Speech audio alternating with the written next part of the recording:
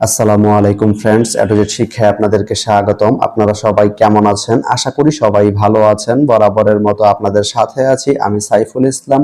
চলে এসেছি নতুন একটি ভিডিও নিয়ে। আজকে আমরা জানবো আপনি রাজাপুর থেকে আখাউড়া যেতে কোন কোন ট্রেন রয়েছে, সেই ট্রেনগুলো ছাড়ার নতুন সময়সূচি, বন্ধের দিন এবং গিয়ে পৌঁছতে কতক্ষণ সময় লাগবে বিস্তারিত। তো আমি যদি আপনাদেরকে ট্রেনের সময়সূচিগুলো বলে দেই, আপনি রাজাপুর থেকে আখাউড়া যেতে প্রথমে যে ট্রেনটি রয়েছে সেটি হচ্ছে কর্ণফুলী।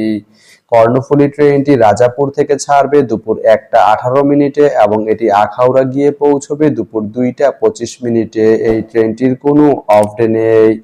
তারপরে রয়েছে ময়মনসিংহ মেল ট্রেনটি রাজাপুর থেকে ছাড়বে রাত 9টা 36 মিনিটে এবং এটি আখাউড়া গিয়ে পৌঁছবে রাত 10টা 30 মিনিটে। এই ট্রেনটির কোনো অফ ডে নেই।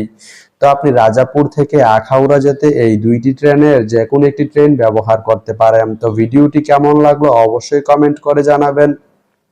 আর ভিডিওটি যদি ভালো লেগে থাকে বা আপনার কোনো উপকারে এসে থাকে তাহলে ভিডিওতে একটা লাইক করে দিবেন, কারণ আপনার একটা লাইক আমাকে অনেক ইন্সপায়ার করে নতুন নতুন আরো ভিডিও বানাতে।